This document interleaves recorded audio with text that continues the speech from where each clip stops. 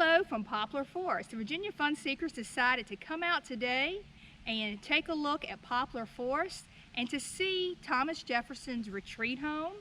It's located about an hour and a half from Charlottesville, Virginia, and this is a home that he would come to when he needed to retreat and to get away from the hectic life at Monticello.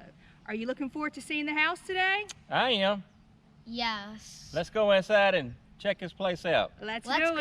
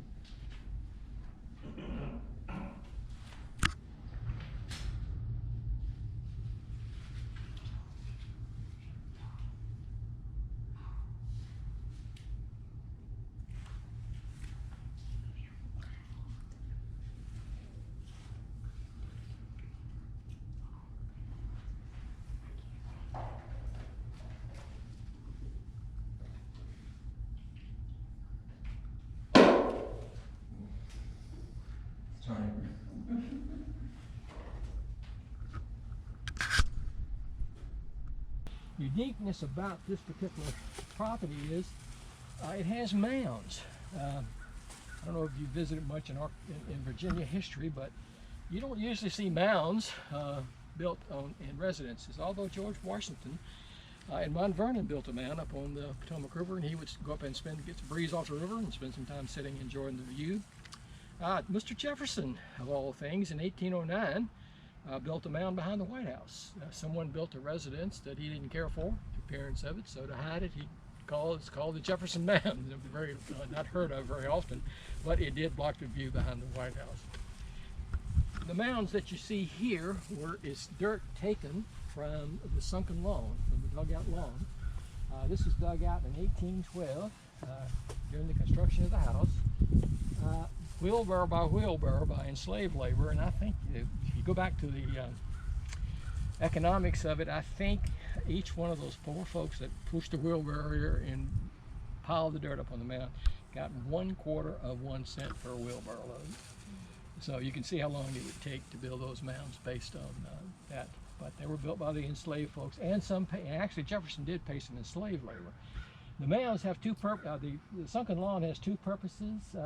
When Jefferson wanted the house to have a two-story appearance from the rear, which it does, so he dug out the back lawn, has a two-story effect. But from the north, the primary entrance to the house looks like a one-story house. And all famous houses, all of the French design, which he loves, were one-story. So he was in Italy in 1549. And Jefferson brings this back because he wants to build it in America. So he does. He builds the center house, copies the main house. Instead of building pavilions, he uses mounds of dirt. Instead of building wings of offices, he plants double rows of mulberry trees. And then another mound on the eastern side. So what he's doing very effectively, I think, he's using landscaping features as architectural components of the house. And I think he gets away with it for a while. And it's not quite as expensive in this villa. He would build a wing of offices, as he called them, to the eastern mound in 1814, and they're open today. They house the kitchen area, a smokehouse, and a washroom, and it's where the enslaved folks stayed while he was in the house servicing him. The historians believe that he would have built a wing, or he had planned to build a wing to the west mound, but he either ran out of money or he just got too old. We're not really sure what happened, but the house is not properly balanced in the Palladian style of architecture, because if you build on the left, you copy it on the right. Even down to the, you know what this is? You know what this building is? Mm-hmm. What is it? It's a bathroom. It's a bathroom, you're exactly right. We call it back in the old days a necessity because it was necessary to have one. This is an octagonal structure with a shake roof on it, and in the Palladian style, if you walk around the outer mound, there's another 8-sided necessity.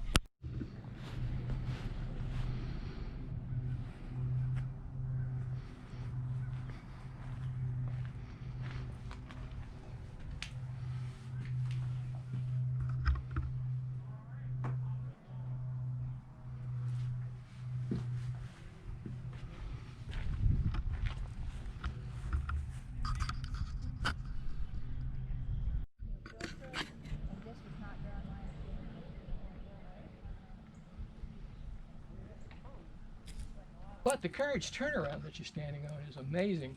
Underneath this newly formed rock and border is the original Carriage stones. And they're pretty neat to see, and we'll eventually be able to see it through a window. There's going to be a plexiglass window there that goes down about 6 inches and shows what the original Carriage turnaround that was placed here by the enslaved labor about 1809 looks like. And they're ragged, they're up. Some of the stones stuck up that high, 2 or 3 inches off the ground. And the horses loved it because it gave the horses footing when they came in. But our guests didn't like it so much because you couldn't walk on it. So for the last 40 years, this has been covered in crush and run. We got a grant from the Garden Club of Virginia to take up all the crush and run. So we exposed all the current stone underneath, and they poured, they got mesh down and they poured new concrete. And these are individual stones that have been picked up from this plantation, especially a lot of them came from in Concord, Virginia, and down in Campbell County. And we had masons lay them one by one over the last 3 years. So we have replaced the Carriage turnaround to make it safe enough, and this is how it would have looked in Jefferson's time. And this was the landing area. This is where the Carriage would land, and the guests would get out, and it was a little flatter using Virginia greenstone here. So this is a major project, and it really has added to the effect of the house. You know, we're looking at a dwelling built in the 1806 with a crush and run driveway. This didn't have the effect that this driveway shows us today. So we're very proud that it's happened. North portico, or the front porch, as we call it today, Mr. Jefferson's time, it was the north porch. I'm going to tell you a little bit about the Carriage. Not your fancy farmhouse in Central Virginia when you walk in.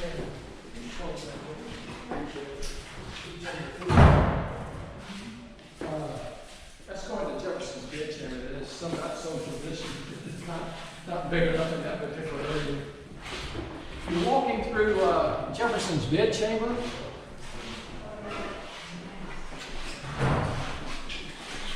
I want to talk a little bit about the layout of the house. It is an octagonal house, one of the few first octagonal house ever built in America, according to our scanning. 20 by 20 by 20 foot diameter, with a 16 by 3 skylight, which according to the notes, the largest skylight in Virginia at the time. And you see this crown molding, this entablature that is actually it's just an example of what it's going to look like. That's styrofoam, but that's eventually going to go completely around the room. And that's our major project. That's from a temple that's in Greece somewhere. Not placing some of the original, but most of the woodwork, all the woodwork is restored, and it's only about 30 years old. This was his parlor. This was probably Jefferson's famous. His bookcase, he had 1,000 volumes of books here. Kept on one of those bookcases that look similar to those. They're not the original ones in the house. They don't belong from Monticello, but they're the type bookcases that were here. Polygraph machine sets on another revolving table.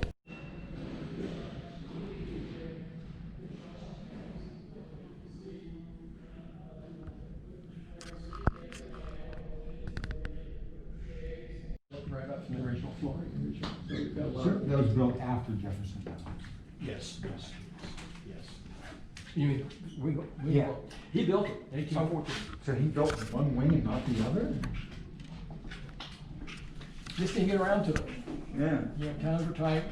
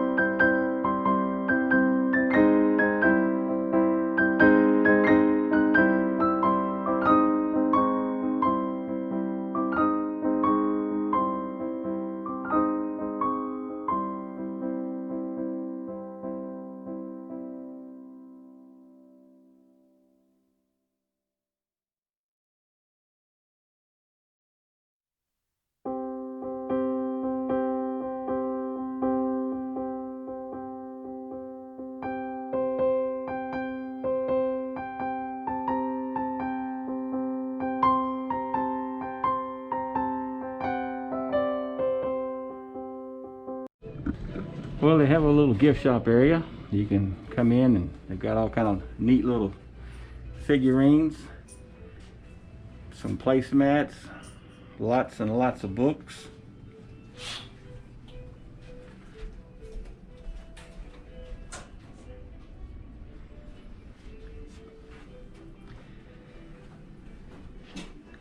Just all kind of neat stuff.